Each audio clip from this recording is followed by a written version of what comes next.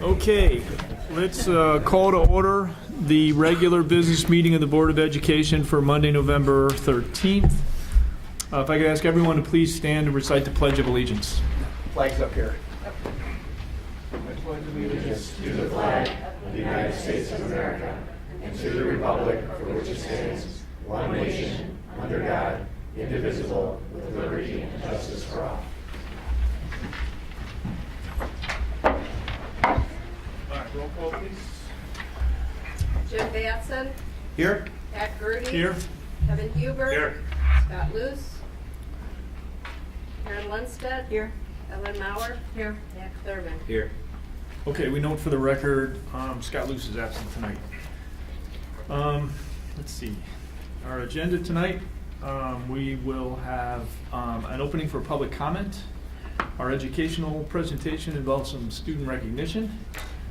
We'll have reports from the student school board reports, student school board reps, superintendent's report, the consent vote agenda, which was reviewed last week in committee to be approved, updates from program and personnel and facilities and finance. Since Scott's not here, I assume we have no property update per se. And Karen, anything from Steve? Very brief. Okay. Jim, anything? Mine to speak? Feel free. All right. And then we will have an executive session tonight. The topic is purchase of real property. That's 5 ILCS 120/2C5. We will not be taking any action or having any additional updates after that executive session. And that should do it. All right. I'll open up for public comment. Anybody from the public who'd like to speak? The board waits for a member of the audience to approach.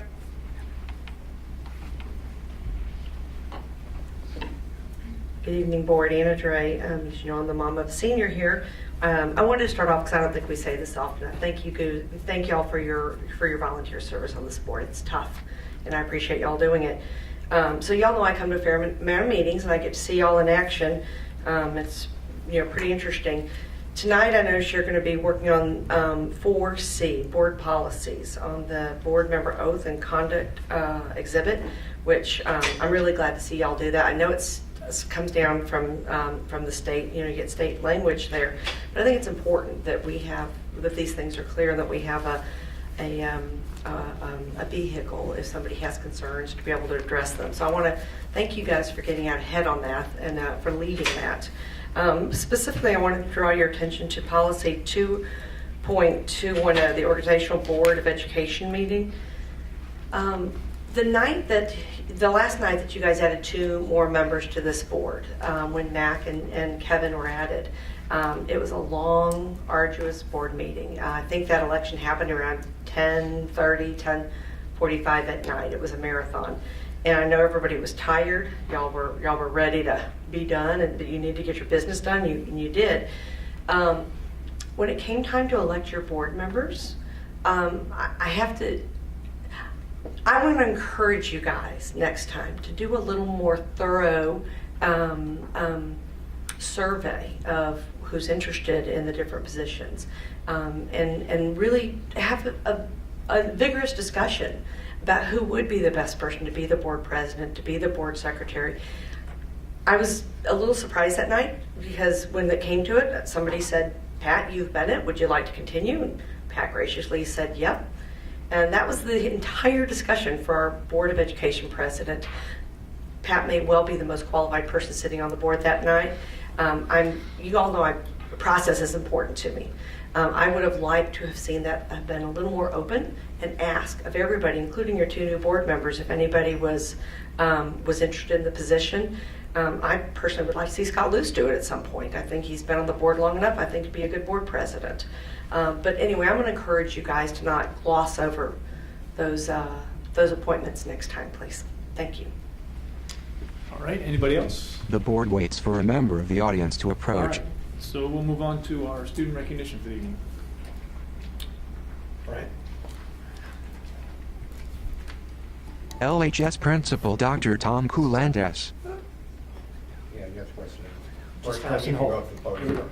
Well, I'm going to just very proudly introduce Mr. John Fischel, who is our interim co-athletic director extraordinaire. and he is going to talk about some of our amazing Libertyville High School student athletes. I'm actually just proud to introduce the head coach of each of our programs that are here tonight and give them an opportunity to talk about their athletes. First, our head girls cross country coach, Bill Etnier. Why don't you come on up, Bill? And you can bring your athlete with you. Coach Bill Etnier steps to the podium. All right, thank you, Board of Education, and everybody that's here tonight.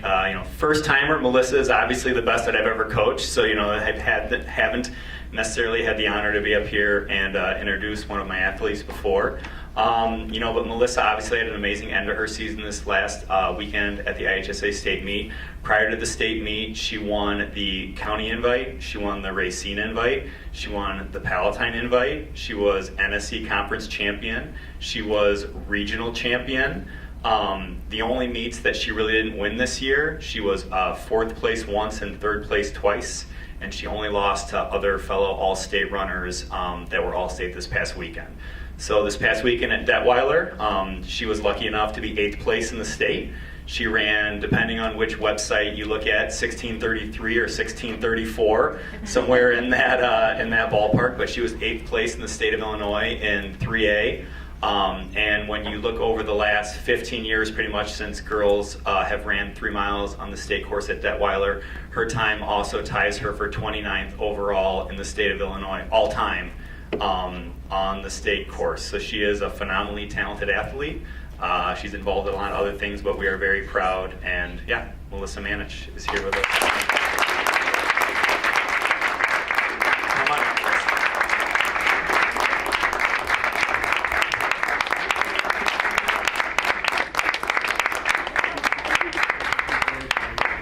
Melissa Manich stands for picture with her parents, Board President Grudy, Superintendent Lee, John Fischel, Coach Bill Etnier, and Principal Dr. Tom Coulandes. John, come on. Come on, John. Come on. We'll get the parents. Oh, okay. Let's get the parents in here.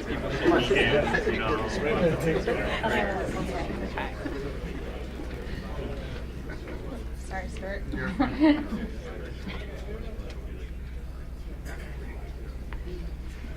You guys want to take any pictures? Because we're not okay.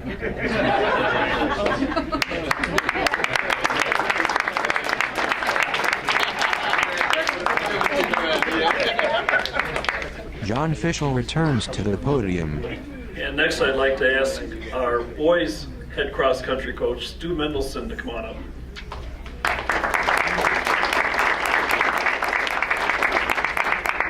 Coach Stu Mendelson steps to the podium.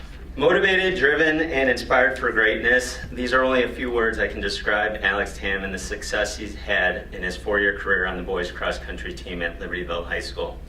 As a senior this year, Alex won the Rebel Invite, Wakanda Invite, Libertyville Invite, and was runner-up at the County Invite, Palatine Invite, and Wheeling Invite. Alex was conference champion, regional champion, and all sectional, and qualified for the IHSA state meet. At the state meet, Alex ran his fastest time of 14:41, taking 15th place, making him all-state on a course that was not ideal after 5 races had already taken place and rained during the previous night. Alex has had great success as a runner for the boys cross-country team while still maintaining a 4.471 GPA in his academics. Most important, Alex has strong character, which I think is the most important trait a person can have, and that is why I'm proud to present to the board tonight, Alex Tam.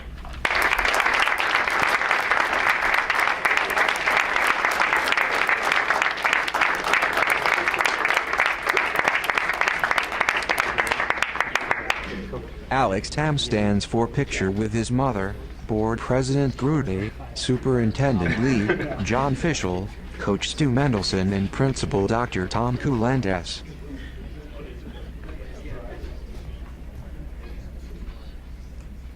Okay, why don't you come in and get in at one? Okay. Here, stand right. Here it is. Yep. Back, coach. Yep, Do you want okay. us to take a picture Yeah, with your phone so that It's you fine.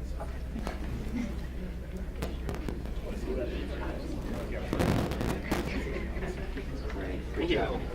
Excellent. Yeah.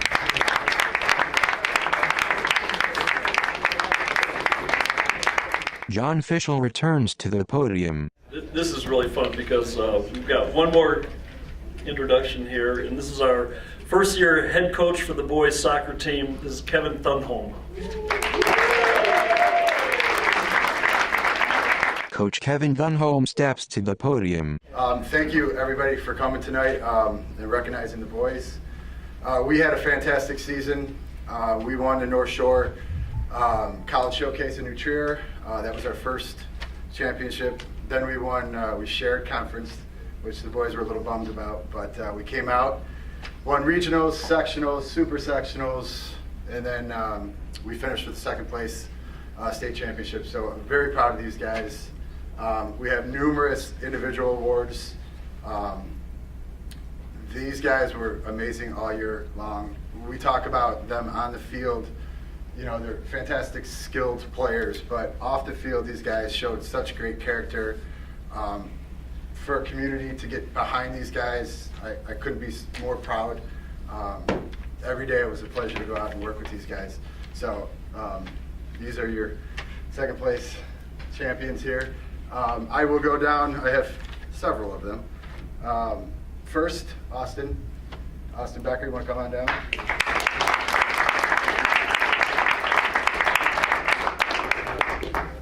Jacob, are you here? Jacob's not here. Zach, are you here? Zach. Austin Becker is directed by John Fischel to the right of the podium. Zach shakes hands with Coach Mendelson. Chase, come on down.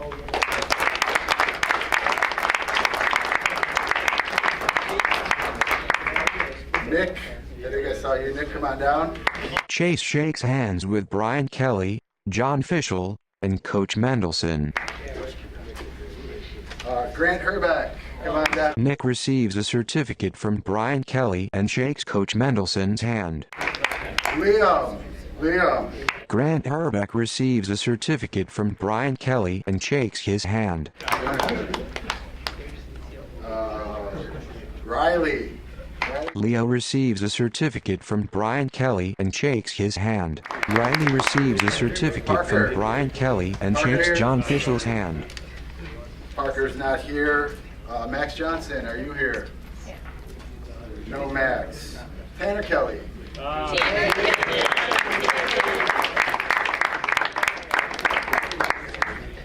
Tanner Kelly shakes Brian Kelly's hand and receives a certificate. Ryan Klanos. I don't think I saw Ryan. Greg receives a certificate and a handshake from Brian Kelly and shakes John Fischel's hand. Brandon Murphy is not here today. Nathan, come on down.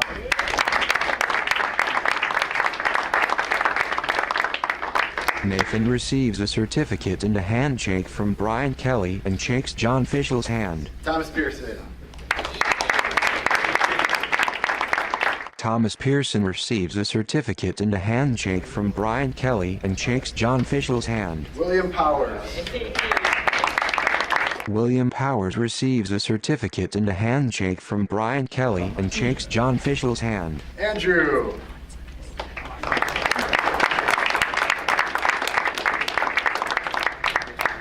Andrew receives a certificate and a handshake from Brian Kelly and shakes John Fischel's hand. Evan.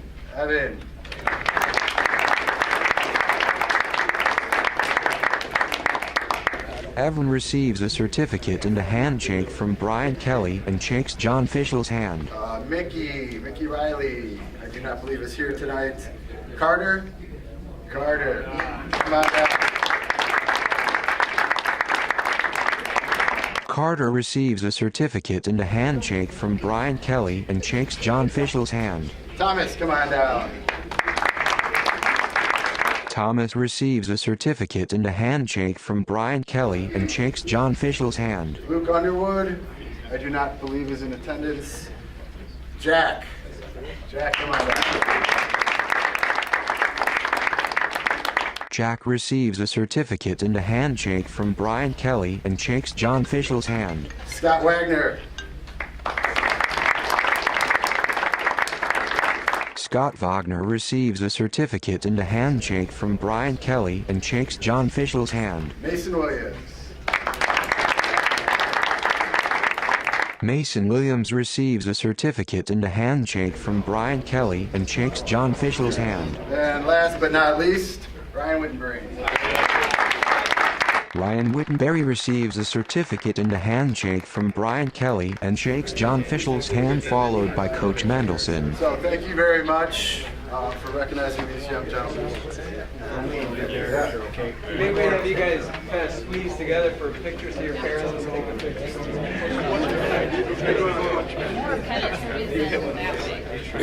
The members of the boys soccer team in attendance shake hands with Board President Grude, Superintendent Lee and Principal Tom Colandes.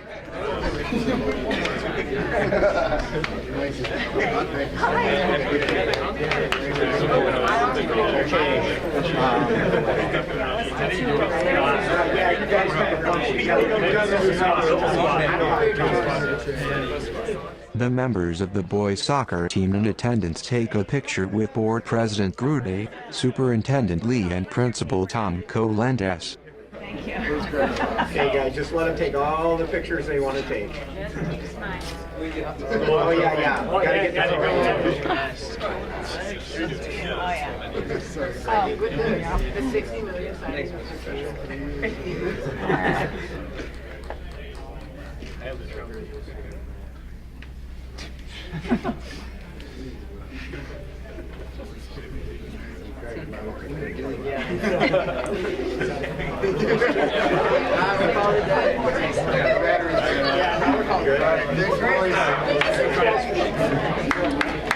Seniors, let's talk real quick.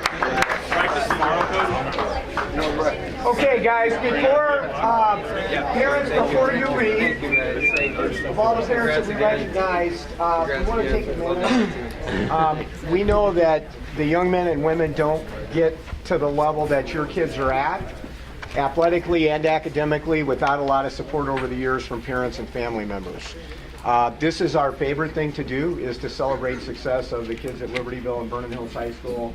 And fortunately, with your great support and your family's great support, the community's great support, we have a lot of this kind of success at both schools. And certainly finishing second in the state, placing in the state, is phenomenal. So guys, let's take a minute, and if the cross-country folks are here, let's give your parents a round of applause.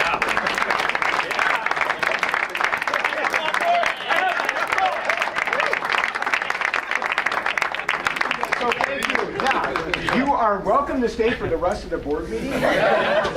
However, you're not going to hurt our feelings if you exit the stage and left, okay? So thank you for coming. Congratulations. Thank you. Great, thank you guys.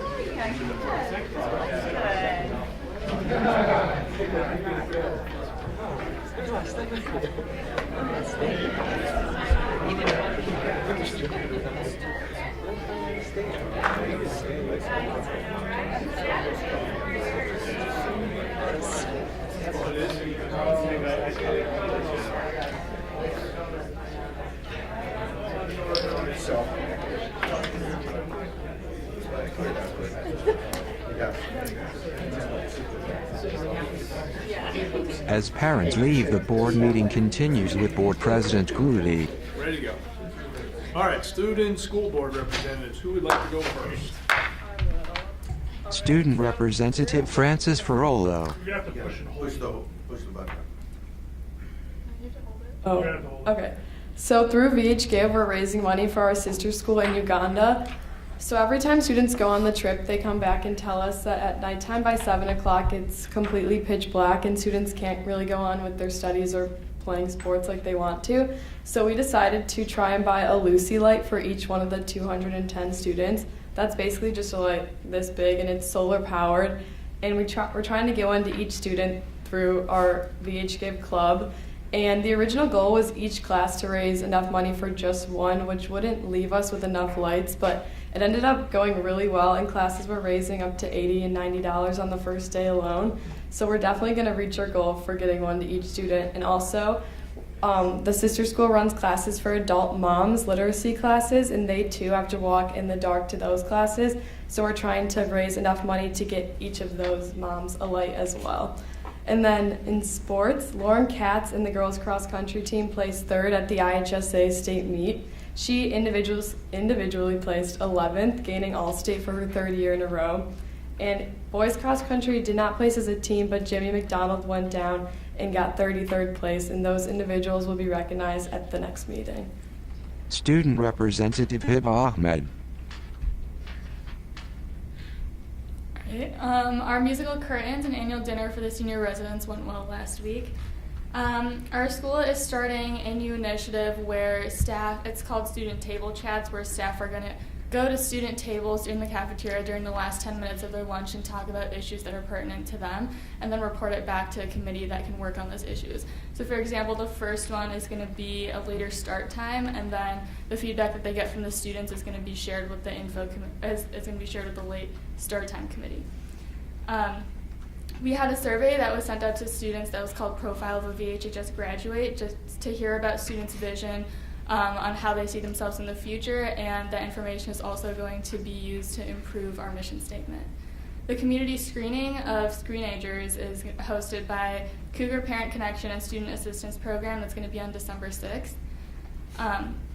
This past Sunday, our girls cross country team hosted the Hustle for Harvey 5K and Kids Fun Run at Vernon Hills High School to benefit the victims of the Hurricane Harvey in Texas. The variety show this Friday will also be, the money for the tickets from the variety show will also be given towards Uganda, but specifically to purchase the curriculum that the teachers need to get the standardized testing for students. Since it's a private school, our sister school is a private school, so they don't get like the state standardized testing that the other schools do. And in order for students to go to high school, they need to take that testing, so that's what the money will be used for. Student Representative Lola Kinlade. Okay. So for athletics, as you all are probably aware of, the soccer team finished second at state, which is a huge accomplishment. And Melissa Manage and Alex Tam received All-State at their state cross-country race in Peoria. And then the Wildcats signed their letter of intent this past week. And then also the boys the boys basketball will kick off their start season this Friday with a scrimmage in the main gym. And then a huge congratulations to the girls swimming and diving team for their third place finish at sectionals this past Saturday. The following swimmers and divers will be moving on to the state swim meet this Friday and Saturday at New Trier High School. Claire Newberger, Emma Gleason, Alex Eastman, Allison Moratini, and Paige Rankin will be continuing on in state. So this Thursday, students from D128 are invited to the movie theater at AMC 12 for a premiere viewing of the movie Wonder. Wonder is a movie about a 5th grade boy with facial differences who attends a public elementary school. Following the movie, there will be a Q&A with craniofacial families and LHS's own Peter Dinkelson. All proceeds from this event will benefit Children's Craniofacial Association. And then in addition, IHS Student Council successfully organized this year's canned food drive. With the help of third period classes, IHS exceeded their goal of what was 10,000 cans. So third period classes collectively donated 4,000 cans, and Student Council collected another 5,000 cans from the community.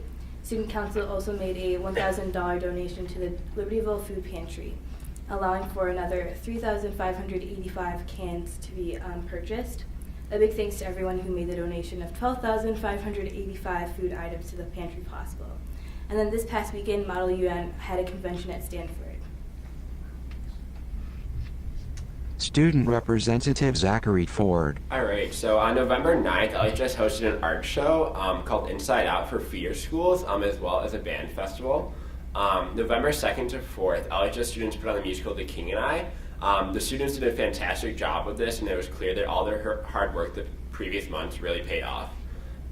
WISH season is in full swing here at LHS, and WISH stands for Wildcat Initiative for Caring During the Holidays.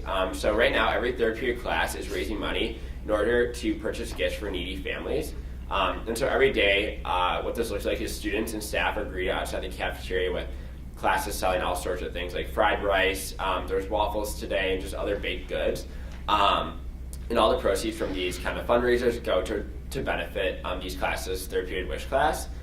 So students are really getting creative in all their fundraising efforts, and it's just so incredible to see all of LHS united over just this idea of spreading joy during the holiday season here.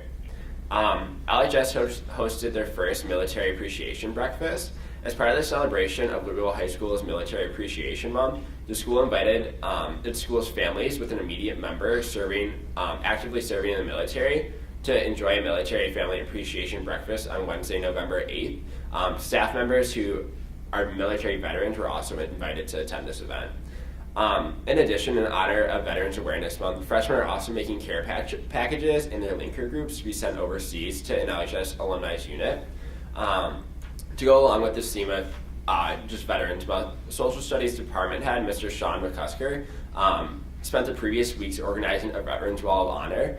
And upon walking into school last week, students saw sheets of paper hung all throughout the front foyer honoring LHS students and staff who have family members who have served in the military. And this week, students also will have the opportunity to write a letter to a soldier, which will also be sent overseas. Students attended German Immersion Day at Northwestern University this past week. 15 LHS German students made the pledge to speak German for a whole day this past Saturday, November 4th, at German Immersion Day, sponsored by the local chapter of American Association of Teachers of German, which was held at Northwestern University. And then tomorrow, here at LHS, Cats to College Part 1 will be taking place, and this is just an informative session concerning all aspects of the college application process for juniors and their parents. All right, great job. All right, next, the superintendent's report. Superintendent Prentice Lee. Borrow the microphone here for a minute, and always more great news to share. So tonight, we just want to remind the audience that may be watching at home and some of our guests who are here for the meeting this evening that the Vernon Hills girls cross country team finished third in the state, the same weekend as the boys soccer team finished second, and we will be recognizing them next month in December at Vernon Hills High School. The following students were named LHS October Students of the Month: Daniel Morrissey, Tyler Kukla, Grace Below, Molly Grayton, Grace Albright, Greg Renix, Nick Rogers, Thomas Power, Savannah Stevens, McKenna Rodolfi, Sabina Brunco, Catherine Hay, and Oscar Pena. More than 200 senior citizen residents of District 128 joined us for the annual dinner and musical at Vernon Hills High School. We appreciate the continued support of our senior citizens. Special shout out to the members of the VHHS National Honor Society for helping serve our special guests. We couldn't do it without you. And before the winter holiday, we will have a similar event here at Libertyville High School. And then the students will see one of the winter holiday music programs. It's always really exciting to have our seniors in. It's one of our favorite things to do. Members of the VHHS Thespian Troupe 6386 of the International Thespian Society, ITS, the Honor Society for High School Theater students collected 5,009 pounds of non-perishables that were donated to the Vernon Township Food Pantry as part of Treat So Kids Can Eat. So it's Tots Eat. As mentioned earlier, the LHS Student Council joined forces with third period classes in the community for its annual canned food drive. They collected 4,000 items during the third period competition, and another 5,000 collected last Saturday during the neighborhood blitz. Kathleen O'Connor at the Food Pantry reports that cans are still being dropped off at the pantry. Stu Co. gave $1,000 to the Libertyville Township Food Pantry so it can purchase directly from the Northern Illinois Food Bank, and they have heard that the money purchased an additional 3,580 items of food. Thank you to everyone who helped the school community exceed its goal and donate approximately 12,585 food items to the pantry. I want to stop here because I think it's important that the community knows the level of community service that our kids do at both schools, and this is just phenomenal, the give back that the students have done to our two local communities, but also the townships and Lake County. So we really appreciate that. And again, just a stellar group of young people in our district. VHHS media students won the first Student Silent Film Festival 2017, held on November 11th at San Filippo Estate in Barrington. A select group of high schools from the Midwest Media Educators Association were invited to participate in the event. Members of the VHHS team who produced the film included James Alshow, director and writer, Eric Johnson, production assistant, Sebastian Dominic, cinematography and special effects, Michael Littman, writer and actor, Nathan J. and Derek Scholl, VH media members, and the VH media advisor is Sandy Martin. And as mentioned earlier, I think the Vernon Hills folks mentioned this, members of the VHHS girls cross country team hosted a 5K and Kids Fun Run yesterday to benefit the victims of Hurricane Harvey in Houston. Hustle for Harvey raised $2,800 for United Way of Greater Houston, exceeding their set goal by $800. As part of the celebration of Libertyville High School's Military Appreciation Month, the school invited its school families with an immediate family member who is actively serving in the military to enjoy a military family appreciation breakfast, as was mentioned on Wednesday, November 8th. Staff members who are military veterans also attended the event. During the breakfast, the family shared stories about their family and their military connections and enjoyed table activities. And I know that this activity is going to continue to expand. It's a really great way to recognize our veterans. So congratulations to our students and the adults who work with them for all of those good things. Next on the agenda and superintendent's report is the LHS pool project, and I'm going to let Mark comment on that a little bit because we're starting to see more movement over there.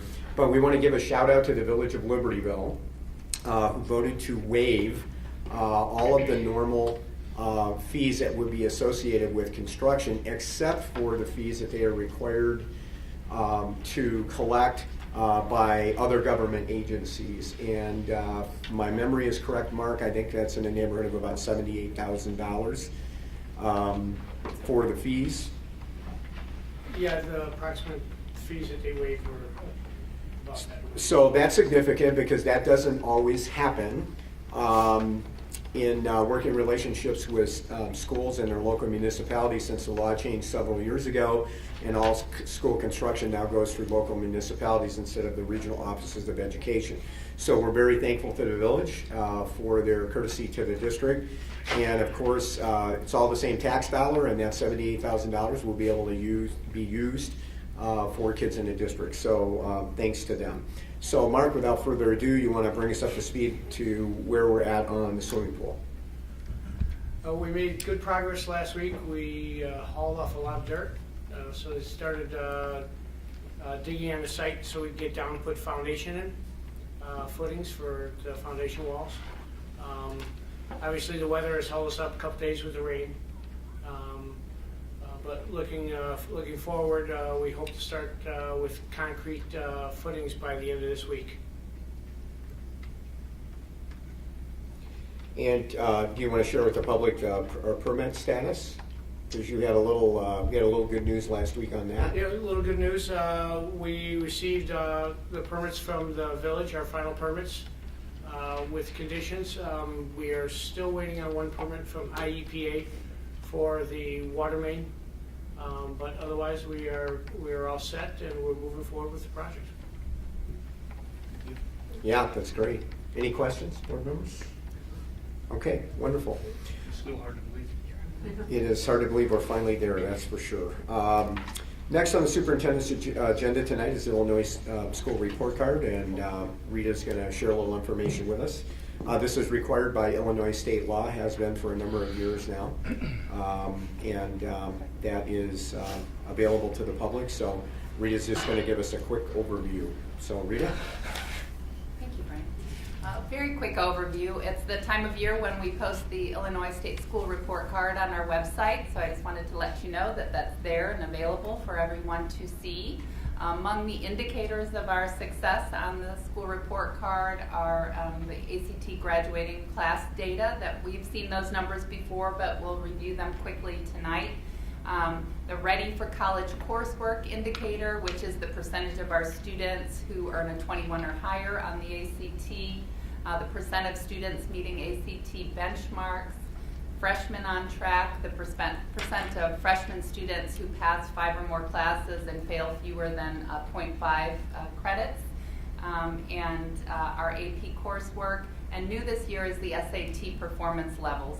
So just a quick comment on the indicators ahead of the SAT performance levels is that, in every single one of those indicators, we're performing far above state averages and well above area schools and districts in terms of the percent of our students who are succeeding and ready to enter college coursework, the percent of our freshmen who are on track. So, we look at this data as this is exactly what we should be doing. It's important to measure, but by every indicator, we're far exceeding expectations in terms of our students' preparation. New this year on the report card, replacing our ACT composite score data as part of the state test, as you'll recall, is the SAT results. So the difference between what you see in the ACT composite score is that these scores have always been published as the graduating class data. So this is the most recent score on ACT taken by students in our district. This will be the last time in 2017 that we'll report. We probably will have many, if not all of our students taking ACT, but we're not administering that district-wide on a school day any longer. So this is probably the last time we'll see this complete data, and from this point forward, we'll be looking at SAT performance. The SAT scores reported on the report card are those earned by students on the school day administration. So these are the junior scores that students have earned. So we've looked at this, we've seen the tremendous growth in our ACT composite scores. So we'll move on to the SAT scores. This was just reported in the Chicago Tribune at the end of last week in comparison with area districts on the first ever kind of baseline year of school-wide administration of the ACT. When you look at Illinois districts, Libertyville ranked 11th among districts and Vernon Hills 18th. And if you remove the selective enrollment Chicago public schools, Libertyville would be ranked 7th and Vernon Hills 11th in the state of Illinois on this first time ever school-wide administration of that exam. So we're really pleased with the results. When we look at comparison districts, we know that we're doing as expected and we're preparing our students for using this SAT score for admission to selective universities. Finally, we've seen the AP score data previously as well. Generally, this time of year, we report this out in conjunction with the information that you'll find on the school report card. I do just want to say upon conclusion of these report card indicators that we've really spent this year talking about the other indicators of our student success, the things that can't be measured, and we've been intentionally bringing that to you at every board meeting, the kind of really innovative work that our teachers are doing with our students, the success our students are having not only on these one-time measures of their success, but on the many different things that they do to contribute to the community, to engage themselves in deeper learning, and to really prepare themselves for success when they leave us. So that's the conclusion of our assessment data report. And if you'd like more information, please go to the website and open up the school report card, which is posted there. Any other questions? Okay. Just want to once again compliment the district and building leadership and of course the great work by the teachers and our support staff and the support of our communities. Our continued increases in student achievement are phenomenal. Our growth in ACT over a 12-year window and our growth in our advanced placement program are second to none in the country. And what that indicates is that more and more students are being more and more successful in the school district, and that's a really exciting thing about that. So Rita, thank you for sharing that information. Okay, next on the superintendent's report tonight is the Illinois 100th Legislature, which was a very bumpy session, and they just finished the veto session. But to that point, there are two things that may impact District 128 and districts like ours across the state. The first is Senate Bill 1947, which is, we would better see as the school funding reform package, which we worked long and hard, almost 15 years in the state to get that done. We have the most inequitable school funding formula in the United States. Everyone acknowledged that. We just could not get a political solution to that through the work of a lot of people in a grassroots movement, from educators and school business people across the state. The state finally voted in a new school funding formula that would send additional resources to those districts that need them without taking resources away from the districts that already have them. That is exciting news. However, as part of Senate Bill 1947, part of that bill would allow citizens in school districts that are beyond 110% adequacy in the education fund to put to seek petition signatures and put a measure on the ballot that could reduce the property tax rate up to 10% in a given school district. The districts will remain capped by PTEL, or the Property Tax Extension Limitation Law, better known as tax caps. So the ability for school districts to recover those funds at some point is impossible because of that threshold. Doing the math in our district, it looks like that would have about a $5 million impact on us, and of course that would carry forward year over year over year in the future. So that's a concern. If we take $5 million out of our budget, that would have some significant impact on our school district moving forward, and people would feel that change.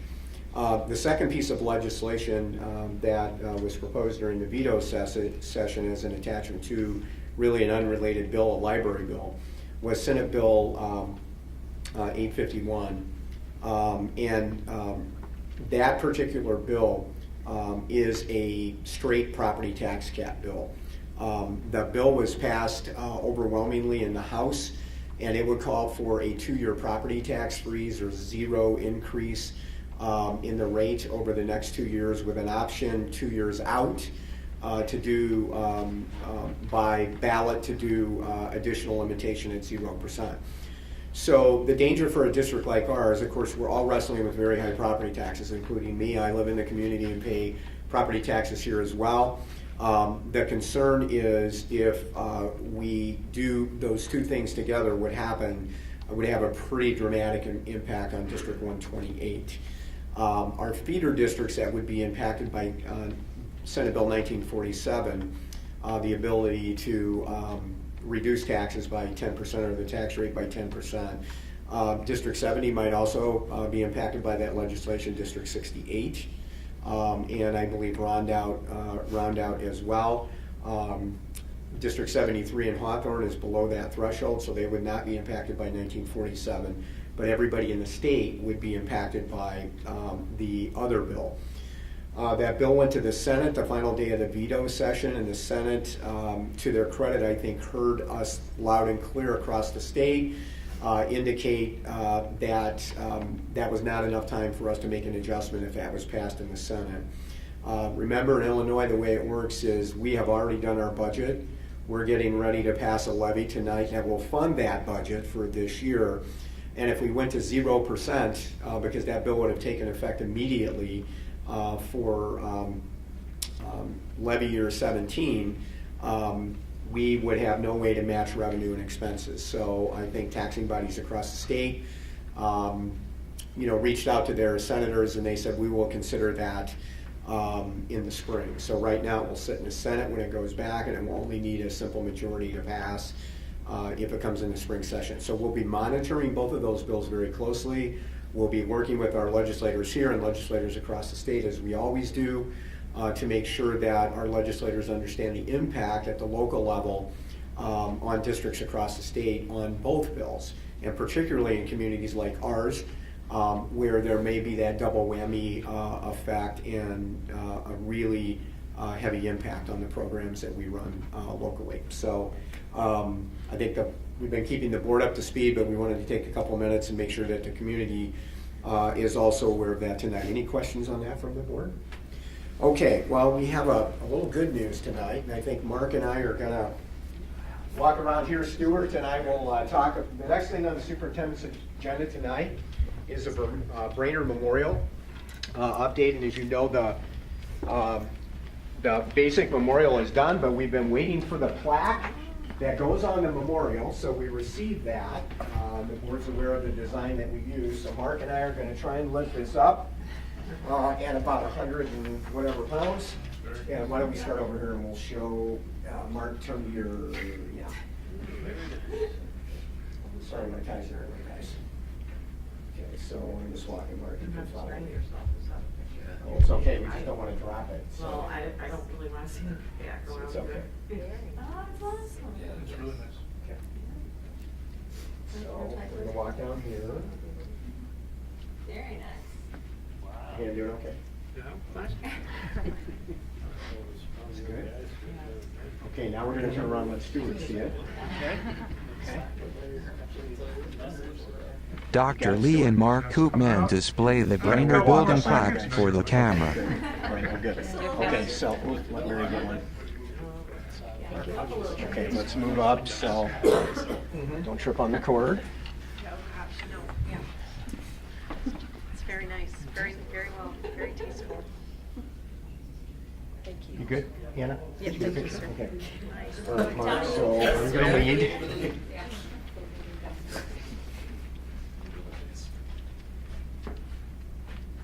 Okay, let's, yeah, that'll be fine. Prentice and Mark set the plaque down in front of Board President Grudy.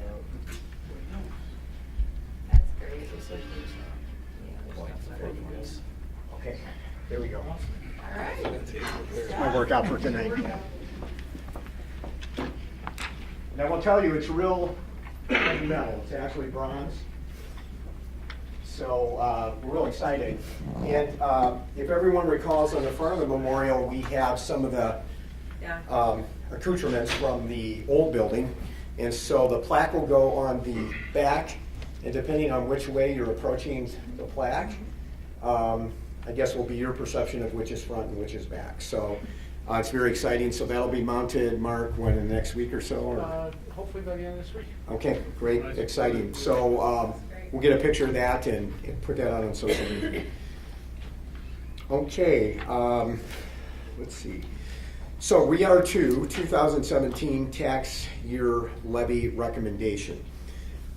Just to review for the community, we had 2 standalone budget meetings this year where the only focus of the meeting was the budget. It's about 6 hours of conversation on the budget at those 2 meetings, and the Board of Administration agreed on a recommended budget. The board passed that budget, and now the board needs to pass a levy to support that, try to match revenue with expenses moving forward. We had a standalone special meeting just on the tax levy recently, again, so the board could just focus on the levy moving forward. And of course, both of those discussions are very important to all of us as they provide adequate resources for the district, but they're also fair to the taxpayers in the district, and the board and the administration take those conversations very seriously. Just an overview for the basic budget that the levy would fund is roughly $78 million. And we've taken several actions over the past few years to be as frugal as we can with the budget. Part of that is we flatlined at 0 the building budgets for the last 3 years in a row. We reduced 4 district level positions over the last 2 years or so, which is about 20% of district level positions in the district. And we have also staffed tighter when we go through the staffing process, being mindful of optimum sizes that we look for, but we've staffed closer to those suggested caps.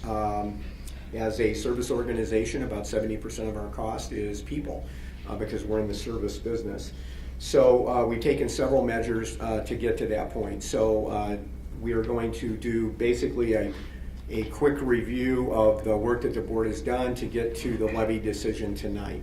So with that as a lead-in, I'm going to turn it over to Dan Stanley, Assistant Superintendent for Finance.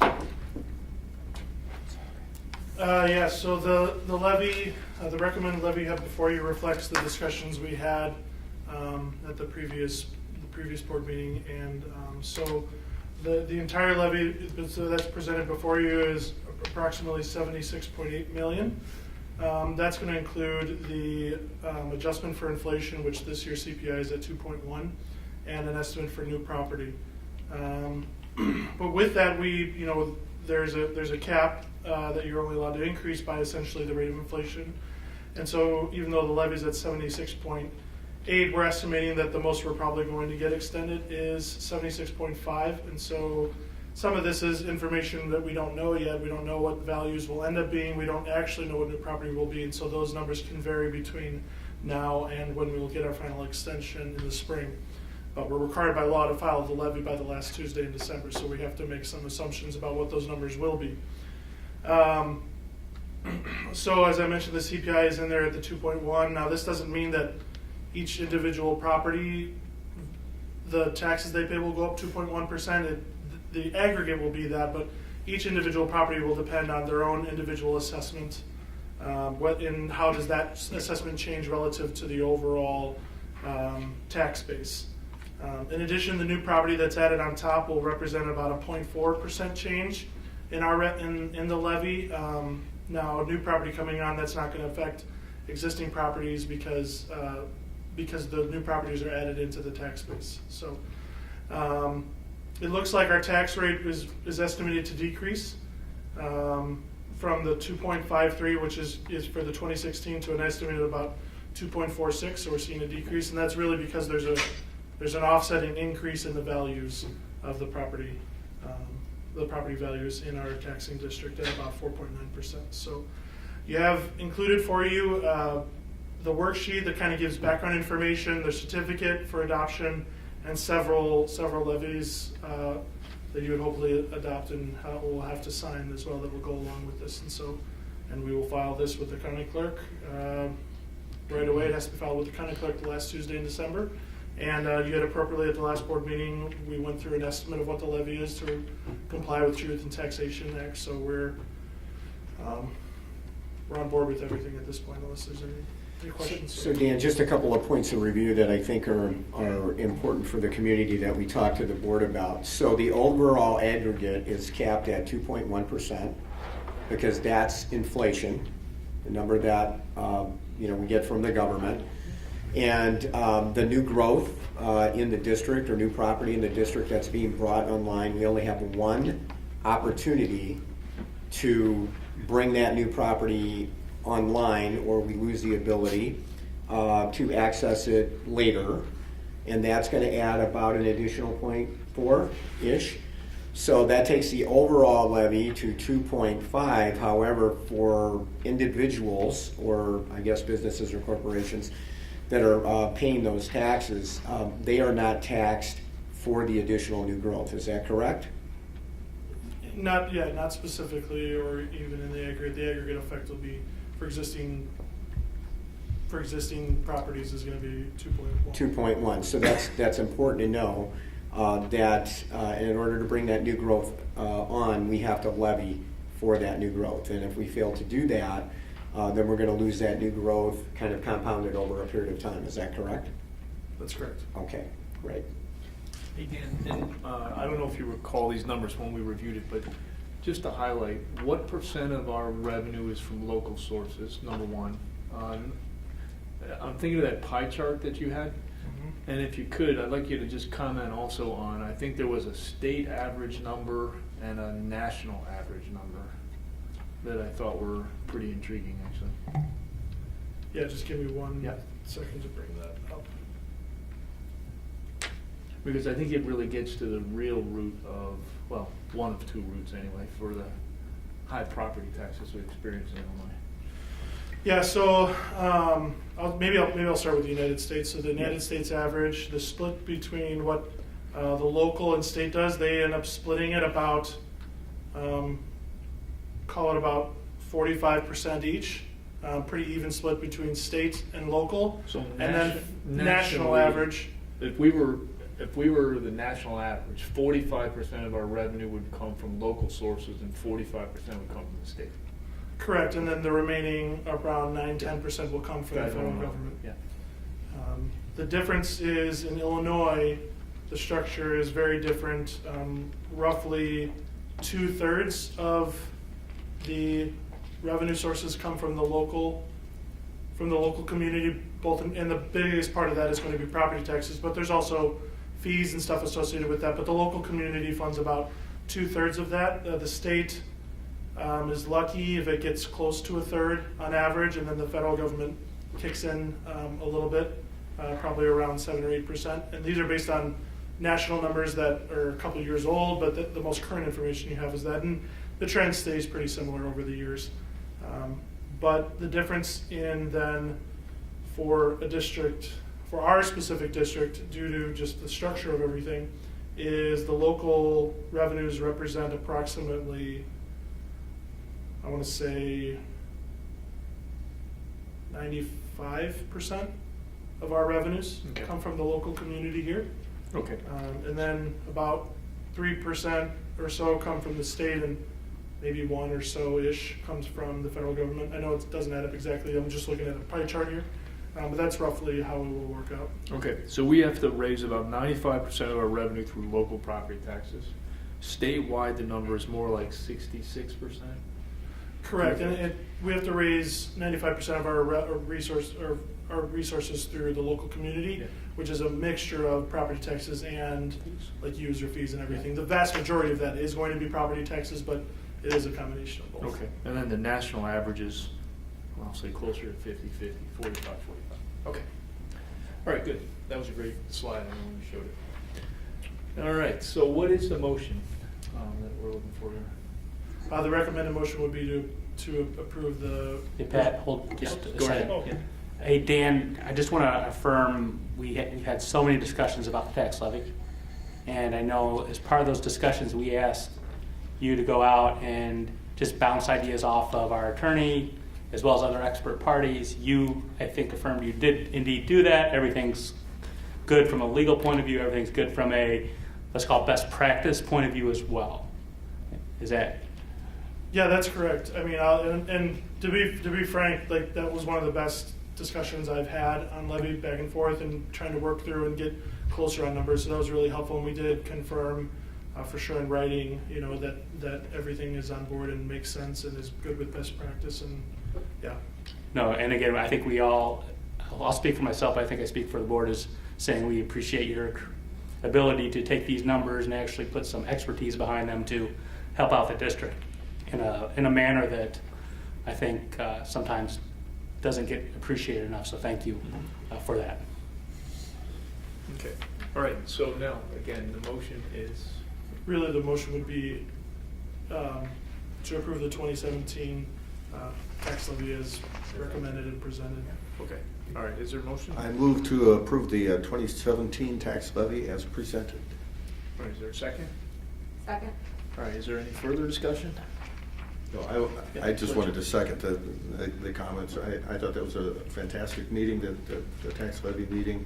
The information was as clear as I've ever seen it in terms of really making sense out of what we're doing and really being transparent and really, you know, organizing things in a way that's really clear. So I appreciate that. Okay. Anybody else? All right. Roll call. Batson. Aye. Grudy. Aye. Huber. Aye. Lundstedt. Aye. Mauer. Aye. Thurman. Aye. All right. Motion carries. Okay, All right, that the other- concludes the superintendent's report. All right. Thank you. Next. Yeah. Sure. Let's see. Okay. No, you're good without. These are on automatic.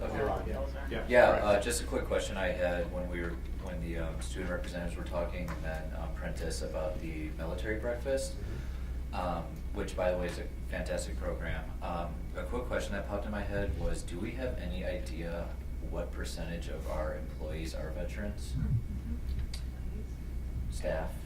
I don't know the percentage, but at Libertyville High School, we were only able to identify 3 staff members who are veterans. Okay.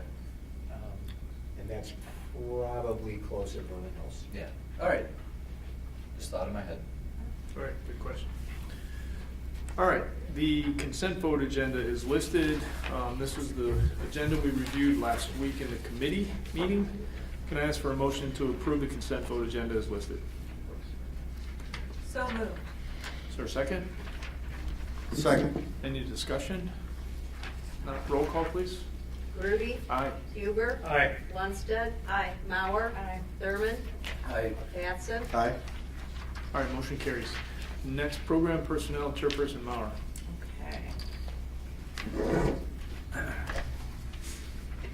right, I don't know if you can hear me, but, all right, the first item is the 2018-19 and 2019-20 school calendar proposals. We went over these in committee. There was a very nice committee of parents, staff, and community members who went over this very diligently, and they're making the recommendation to adopt both years of those calendars as presented. Questions? Okay. All right. Who would like to make the motion? I would like to make that motion. We adopt both years of the proposed school calendar for 18-19 and 19-20. Second. Any discussion? We'll just highlight again, once this will be our second year, I guess, of starting early, finishing the first semester by the holidays, and then getting out very early, right? Probably worth highlighting as well for the community that we will have both graduations on the same night. That is a bit of a change, all right?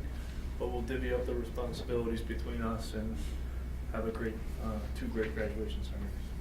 And also, too, is just we're going to doing 2 years at a time, and you know the second one, there's always room to change if it need be, but it's good for planning purposes and for the feeder districts and families. And with those two graduation dates in mind, we're designing the calendar backwards from that with those two principles, the graduation date as well as finishing final exams before winter break. So Yeah, and everybody will finish finals before graduation. Yes. Right? So that was Yes. a thing we had to work through. Yes. Right. Okay. All good. All right. Any other discussion? If not, roll call, please. Huber. Aye. Lundstedt. Aye. Mauer. Aye. Thurman. Aye. Batson. Aye. Grudy. Aye. Motion carries. Okay, next we have 2018-19 curriculum proposals. Those looked at different proposals from both high schools, additions and deletions. We're seeing more innovative coursework coming in, and the focus is good, really good. Thanks, Rita, for the work you did on that. So we're looking for a motion to approve those proposals as presented. I move to accept the 18-19 curriculum proposals, the 2018 and 2019 curriculum proposals. Make sure we're in the right century. Yeah. Second. Second. Any discussion? I just want to echo, Rita, your fantastic work on creating the curriculum, and you know, there's some really innovative classes going in there, so it's definitely great to see our students moving into some 21st technology courses, so thank you. Thank you, and I have to commend our excellent educators who are the original proponents of these courses. They're the experts in the field, and they, you know, no coursework comes before us without having that idea originate from a team of teachers. So we're really grateful to have the excellent educators that we do. You know, one question, I either haven't asked it in a long time or I just forgot. Do the students evaluate the courses at the end of the semester? Do they give you feedback? Many teachers do have a process by which they ask for student feedback on the course design, and we have other mechanisms where we interview students as well on their how they learn best, their satisfaction with courses, the kinds of activities that support their learning. So we've done that in a number of ways, including through course feedback to teachers. Okay. So just to clarify, there isn't a standardized evaluation done by the district. It's teacher by teacher doing their own. Right. Yeah. Okay. Good. That's more, yeah. Part of a Yeah. bargaining Yeah. agreement. Yeah. Thank you. It supports to true teacher reflection on the things that they're interested in, the kinds of feedback they're interested in from students, and then the results are their own too.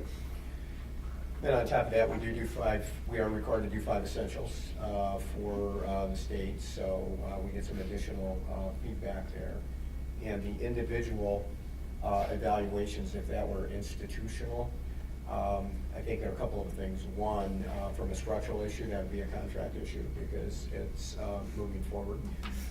And secondly, it would be more of a cookie cutter approach to that rather than individualized by the type of class that the student is going through, which would not give us as much, I believe, authentic feedback in English class and applied arts class as it might in a science class, for example. I do think the question is a really good one, though, because this idea of student voice and choice in education and their ability to tell us, the kinds of things that support their learning and the kinds of learning activities that most engage them in learning, I think is really key to moving forward, and our educators are keenly interested in what our students have to say.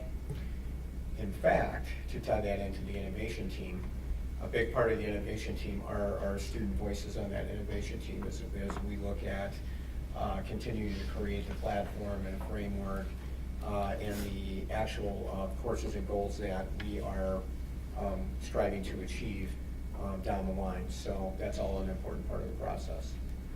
Yeah, and again, I just want to roll here tonight, but it would be interesting to poll our students 1 or 2 years after they leave here to find out what it was that we did that was most impactful to them in college or wherever they were.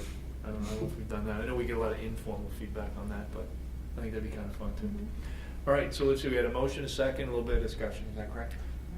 All right, is there any further discussion? Yeah, could I just ask Rita, again, just to reaffirm with Matt, great work on the micro level of class selection.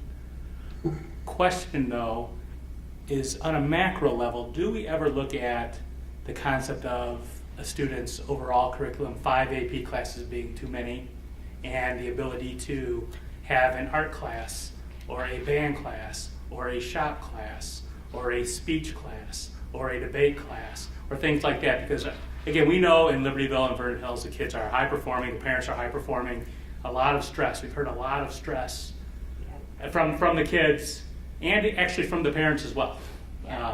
Do we ever look at that on a macro level and say, hey, maybe we need to, and I don't want to say police because we are not the police, but at some point try to do what's best for the total student down the line? And that's another very good question, and one that, there are many groups of educators within the district who are looking at that question as well. I can speak from the innovation team. There's a group that's meeting separately kind of on this topic related to how do we encourage students and their families to look at the kinds of deeper learning experiences that are available throughout the district that colleges and universities tell us often that it's not the number of AP courses, it's the depth of your experience and the kinds of learning experiences that you have.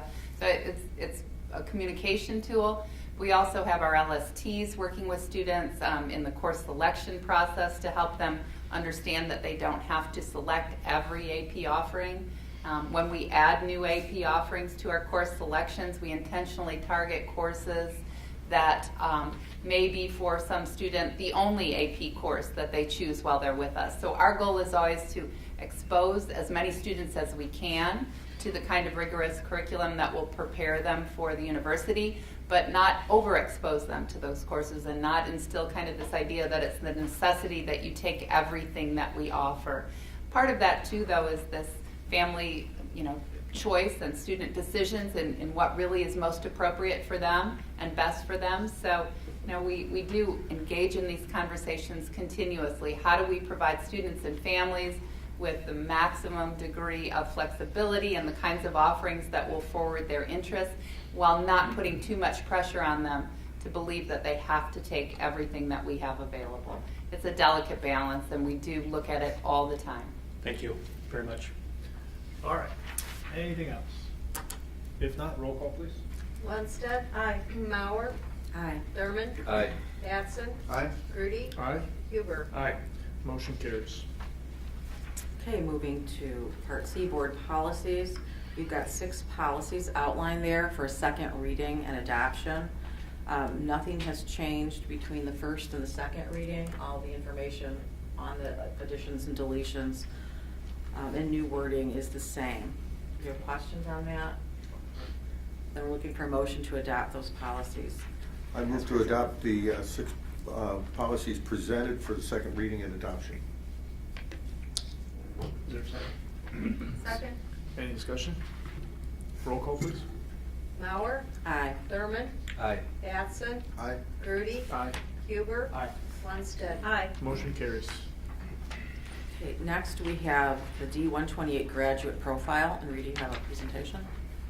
Actually, I don't have a presentation to share tonight. We just want to share a quick overview on the process that we've begun district-wide to begin to build the portrait of a D128 graduate that I think will address a lot of the questions that we've had from you tonight as well.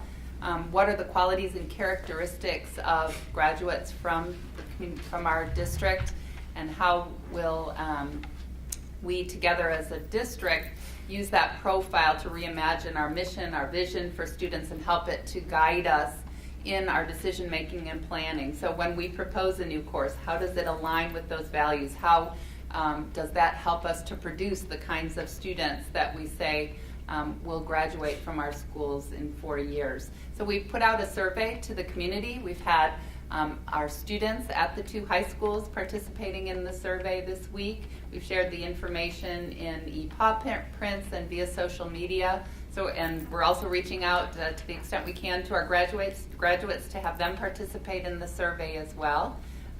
So we're excited about this process. When we get the data gathered, we're forming a district-wide writing team to help us design the visual representation of a D128 graduate. And what I said is called a profile of a graduate. So we'll have much more information and some previews of the early prototypes of the writing team's work.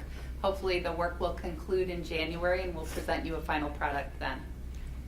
And that creates a framework for our strategic plan moving forward. So, yeah. Very exciting. I hope everyone took their surveys. I know I did. Great. So I don't have any others. Does anyone have any other? No other. Okay, then we are finished with the program personnel. Thank you. Facilities and Finance, Chairperson Batson. Thank you, Dr. Grudy. We really only have one item on the agenda here. Nothing for action, but just an update on the Libertyville High School future parking options.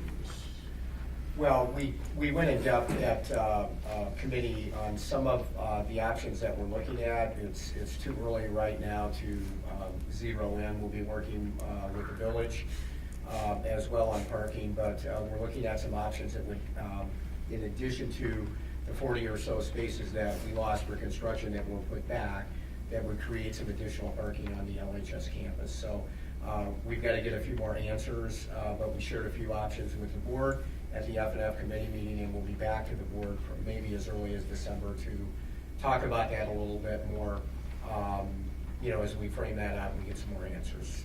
I think that's a fair way to say it. Okay. All right, anything else? No. That's it? Okay. All right, no property brief, CEDAW. Yes, as you remember, the superintendent of CEDAW is retiring, Dr. Moline, at the end of this year, and so the superintendent recruitment phase, the search is in place and the recruitment period has ended.